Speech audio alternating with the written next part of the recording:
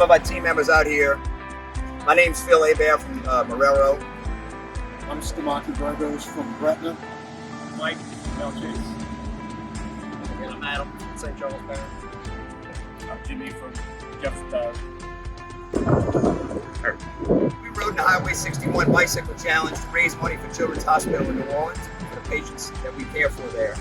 The ride was an amazing ride. The route was awesome. We rode in from Baton Rouge down to New Orleans. We rode through the river Parishes. It was a great time. Weather didn't cooperate too much, but we still enjoyed the ride. Beautiful scenery. Several riders on the group were there. Most of our team joined that ride. We look forward to riding it again next year, possibly doing additional legs. There's 4 stages of the ride. It's a 500-mile ride in 4 days. So hopefully we can get our training in and be able to, be a part of that entire ride. Some of the training that we do is riding every year. We go from here all the way to Missouri, St. Charles, St. John's, St. James Parish. Another little ride we can do is on Highway 51, going from I-10 all the way up to Ponchatoula, the back. So it's a scenic route. It's a nice place to be. Trees, birds, alligators here and there. It's a great place to see some scenery. Also want to make sure you wear your safety gear. We wear proper helmets and proper cycling attire. Make sure everybody's safe. We have team rules where we all call out debris in the road, we call out holes, we make sure we signal each other, try and make sure everybody stays safe. So it's an enjoyable time, great way to exercise and hang out with your friends. Tell me about KMA. Team KMA started a few years back. We raise money for multiple sclerosis. So each year we do the ride. We primarily do the one in Louisiana, which is a Saturday and a Sunday ride. It's a 150-mile loop. Leave on a Saturday, spend a Saturday night in Mississippi, and you come back to New Orleans on Sunday morning. We raise money. Last year, our team raised over $15,000 towards that charity in hopes that maybe they can one day find a cure for multiple sclerosis. Phil was talking about some of the safety things we have. I mean, some helmets and now Bluetooth where you can hear phone calls. You have to try and look for your phone and things. It's actually built into the helmet so you can talk, and if something happens, we get to somebody real quick. And what's your name and where are you from? My name's Adam Myers. I'm actually from St. Charles Parish. I'm out here in Ohio. So during the MS Ride fundraising period, you can go to any one of our pages and you can look up multiple sclerosis. And if you look up Team KMA, you can look up any one of our riders and make a donation that way. And the money goes directly to MS. We don't see any of the money. 100% of our fundraising goes directly to multiple sclerosis research. Anybody can join. Okay. Yep, it's an open club. All we do is ask, what's your previous riding experience, and that way we have an understanding who's riding with us and what you can and can't do as far as distance and pace. And then we, make sure we get team members that are willing to understand the safety aspect of it. So our Facebook page is can be found at Team KMA/WDS on Facebook. We post videos of our rides, information when we have training rides coming up, such as that.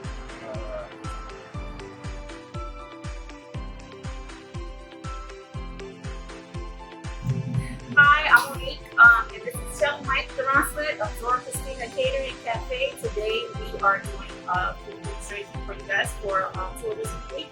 Today we're going to do our blackened shrimp Christina with a little twist, and I add a little bit of andouille to it. So I'm gonna let you guys check out Mike eat on the fire and flames, and then get us away.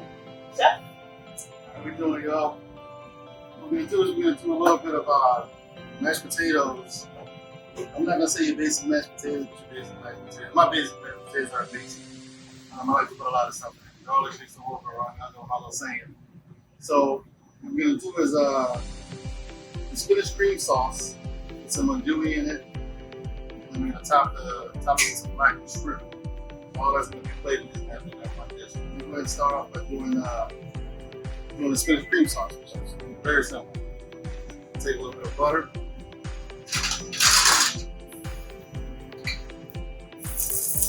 My skillet's already hot, so I'm not worried about that. Butter, a little brown. This started to turn colors already, which is good. And unsalted butter. Onions and garlic. Fresh garlic. Your garlic's gonna start turning colors in just a minute.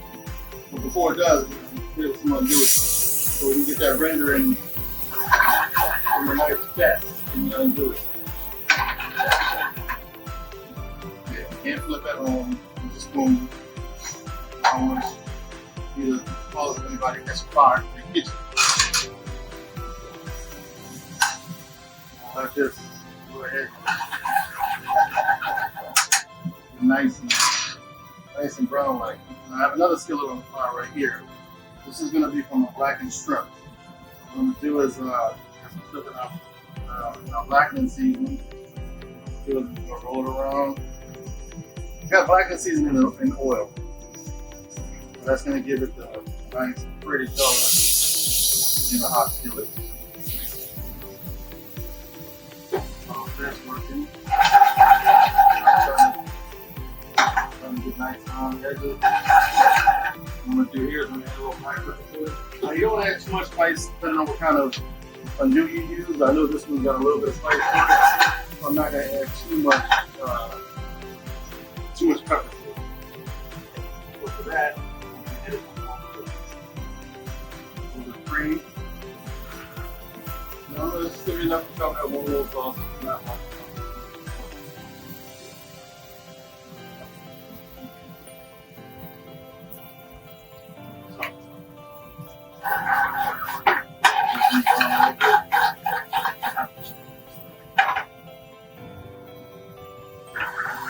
Start to get a little bubbling around the edges. Add our fresh spinach to it. Fresh spinach, I like to break it a little bit. I have little big leaves.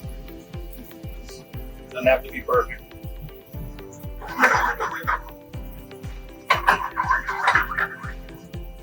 Spinach has a lot of water in it, so it's gonna sweat.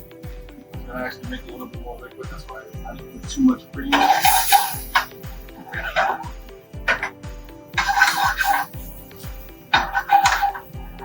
Wondering what the mix-up was. One of my fires is hotter than the other. I know how to finagle.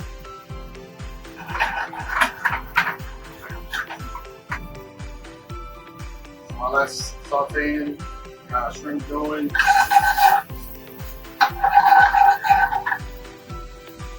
I'm 130 degrees on shrimp.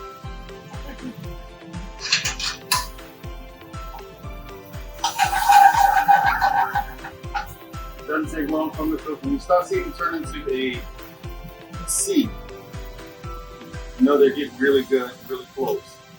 If they start going into those, man, rubber.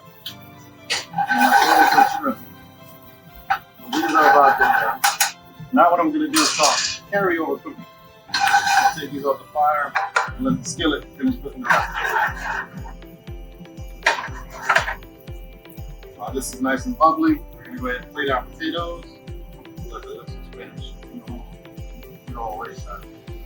I don't like to waste that. Waste not one that. Take some good garlic mashed potatoes.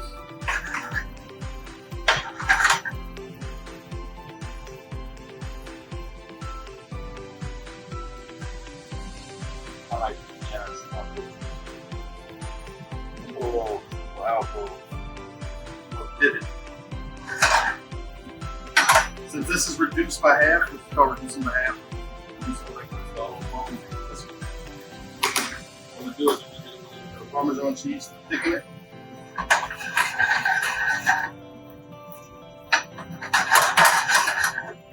Pecorino cheese, and you can see it just automatically thickening. I'm take this mix, pour it right over that, right over our mashed potatoes, like so. Take our shrimp, just finish off the carryover cooking. Beautiful, nice C-shaped shrimp. Go ahead and plate it up.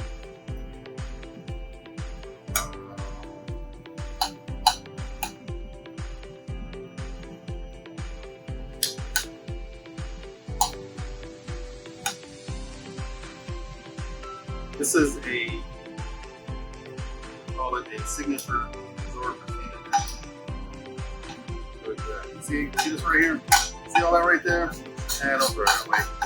It seems like this on top of a heart attack when you potatoes. I'm gonna finish it with a little bit of Parmesan cheese, fresh red pepper, and some shallots, green onions. There you have it. Zora Christina and shrimp, and then Dewey Christina, which is rock mashed potatoes, spinach cream sauce, and Dewey blackened shrimp. C'est la vie.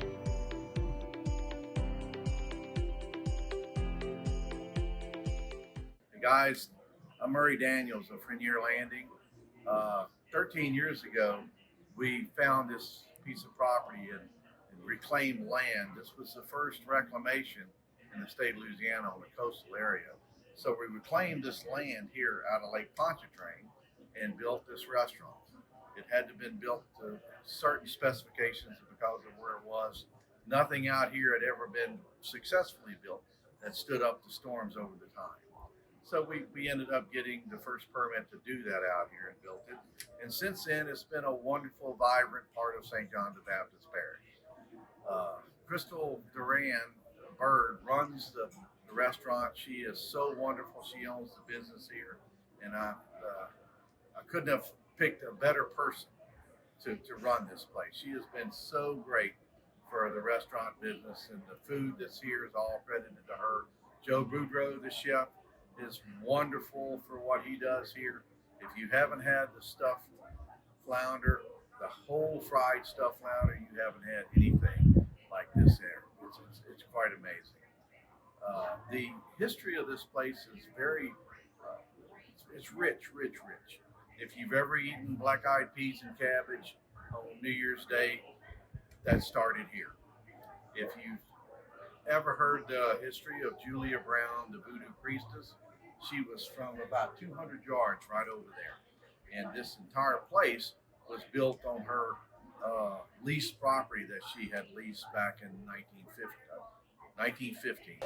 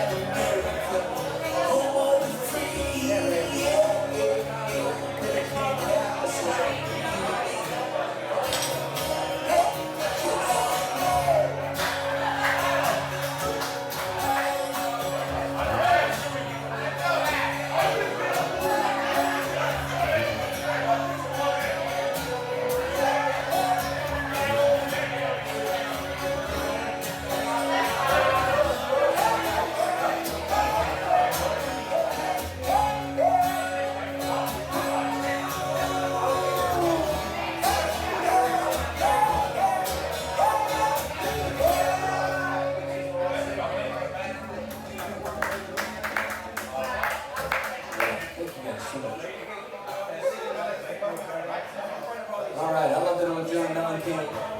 I think he's underrated. He has a great ball.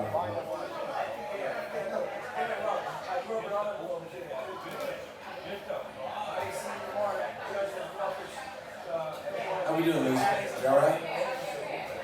You just muddle. Just muddle over there.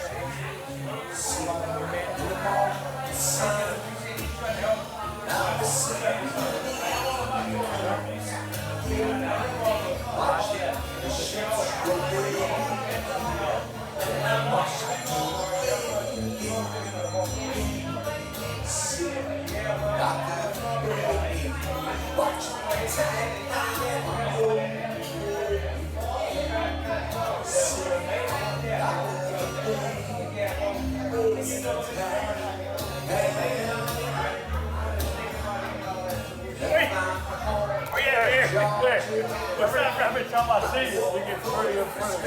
What's up, man? How you doing? Same old shit. Oh, yeah, same old shit. You just cut to it, huh? I fixed it this year. No, you didn't. Hey, I'm gonna tell you like I tell everybody. When you gonna cut this shit off? When nobody's quit saying anything, I don't go get a haircut, no. But as long as it aggravates the fuck out of y'all, it ain't gonna happen. It ain't gonna happen. Again, if I know I'm getting to it, it ain't gonna happen. How you been making up? Any better? I couldn't stand it, man. I couldn't stand it. Hey, ride that night. Hey, don't do it. You go shave or whatever, guess what they're gonna do? They're gonna find something else. I ain't shit. Hey, how you say? Walk. Hey, walk over with chicks. You might need them to carry your fucking box.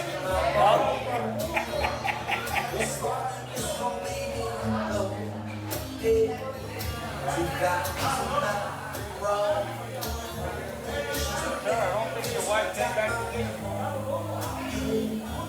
You saw how long I lay up for? I can't walk on that. I hear you. How y'all fellas doing, man? Oh, God bless y'all. I love good people, man. I love good people. God bless y'all. I mean that, man. I don't hurt nobody. Nobody. That's not my name.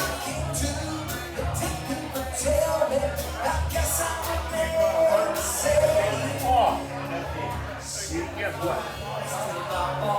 Keep doing what you're doing.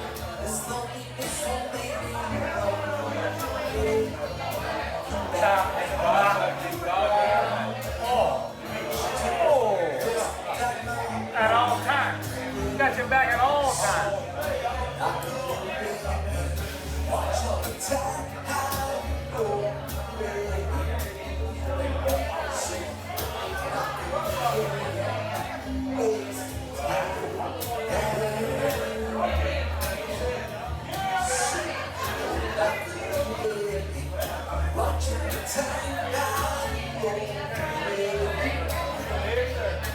I live in a glass house.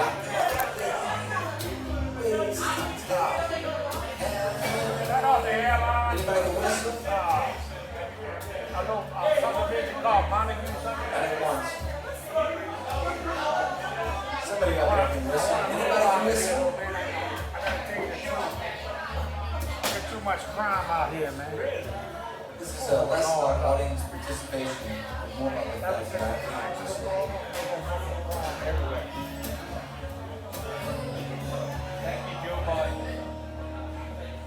Yeah. You're always ready. Joe Biden. Look, that's our president. Joe Biden, that's our president, huh? I thought for sure we'd get somebody to listen, but I can't. You know. We had a good president. They didn't re-elect him. Well, he did, but he didn't. We had a man that stood up for us, man. Yeah, nope. At all times, he stood up for us.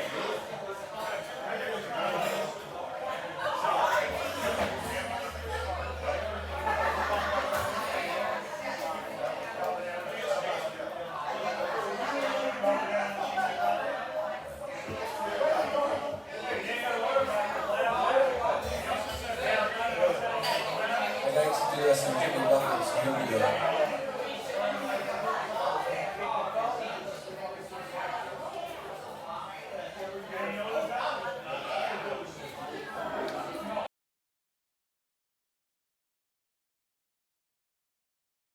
Gonna lay down my burdens down by the riverside, down by the riverside, down by the riverside. I'm gonna lay down my burdens down by the riverside. Study war no more. This tour picks up where the plantations stopped.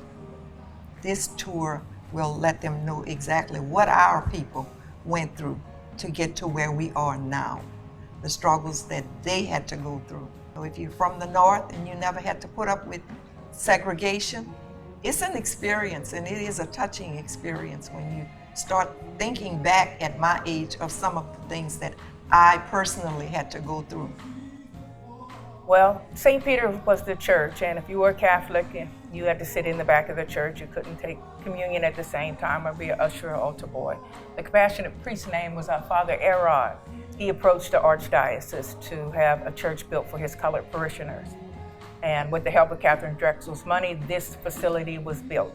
And it was built right down the street from St. Peter's Church.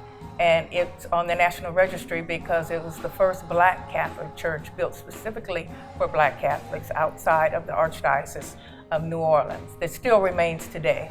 And so that's why we were on the National Registry. It was a significant accomplishment for the people of color to have their own church where they could operate in any capacity in the church.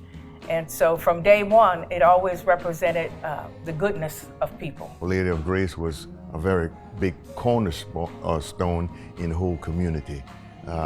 Very, very a lot of pride was there, and it was the place to go. It was the place to be. You had people from all over trying to get into the school and also attending the church. Edward Hall was a member of this church back, in the years. And he was instrumental in getting Thurgood Marshall to come. And they met here in this church in order to help people to get registered to vote. One of the reasons that we were fortunate enough to receive the church building is because when they decided to build a new facility, they considered tearing the building down, but the cost of it was going to be enormous, like $30,000. And someone found out, of course, that I was a pastor in the local area that had just moved back home from Los Angeles, and I was pastoring the ministry out of my home. And they came and asked me, would I be interested in it? The only stipulation was we would have to move it within 2 months' time. Once we got involved in the move, and then people in the community started to see the significance. It's as it was revealed to us, the significance of this church. Not only were we getting a church building, which we needed, but we were saving a piece of history. So it took on a whole nother light of us just having a church building. We are preserving a legacy that might not have been remembered. Yeah. You're not coming to an abandoned building or an empty building. You're coming to a live, breathing church where many of the parishioners are the children and grandchildren of the original founders of the church, where many of the members of the church have parents who were actually a part of the original St. Peter Church, the segregated church, and were with the church through its move and its change to Our Lady of Grace and then its eventual move here.